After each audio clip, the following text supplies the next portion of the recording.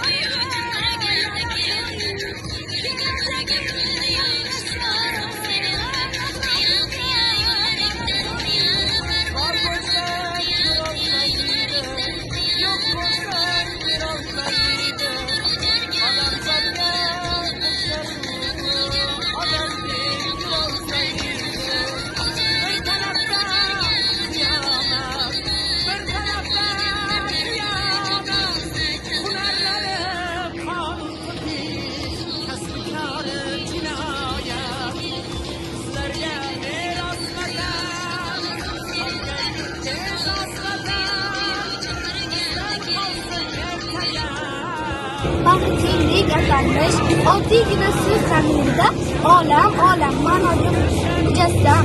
Zotan bu fazilat har qanday shaxs, millat, jamiyatning ko'rki va ziynati. Ayni chog'da ma'naviy yuksaklik va ulug'vorlik belgisidir. Shuning uchun ham bag'rikeng o'zbek xalqi, bag'rikeng O'zbekiston iboralarini har gal eshitganimizda qalbimizdan g'urur va iftixor tuyg'ulari qamrab chiqadi. Bu bejizga emas albatta. Taqdir taqozosi bilan yillar va asrlar osha turfa millat va elat vakillari yashab kelgan jannat makon yurtimiz tinchlik, do'stlik va bag'rikenglik diyori sifat Insonga berilgan eng buyuk ne'mat hayot bo'lsa. Insoniyat intilib kelgan eng ulug' maqsadlar tinchlik va totuvlikdir. vatanimizda qaror topgan tinchlik va totuvlik, hamjihatlik hech narsa bilan o'lchab bo'lmaydigan boyligimizdir. Sobiq prezidentimiz Islom Karimov shunday deganlar: mustaqillik nihoyatda ko'tarishi uchun unga tinchlik va osoyishtalik, totuvlik, hamjihatlik, millatlar aro chidam va bardosh kabi kuchli ildizlar kerak. Shunda u har qanday shamol, dovul, bo'ronlarda egilmaydigan bo'lib ulg'ayadi. O'zbekiston bag'rikeng diyor.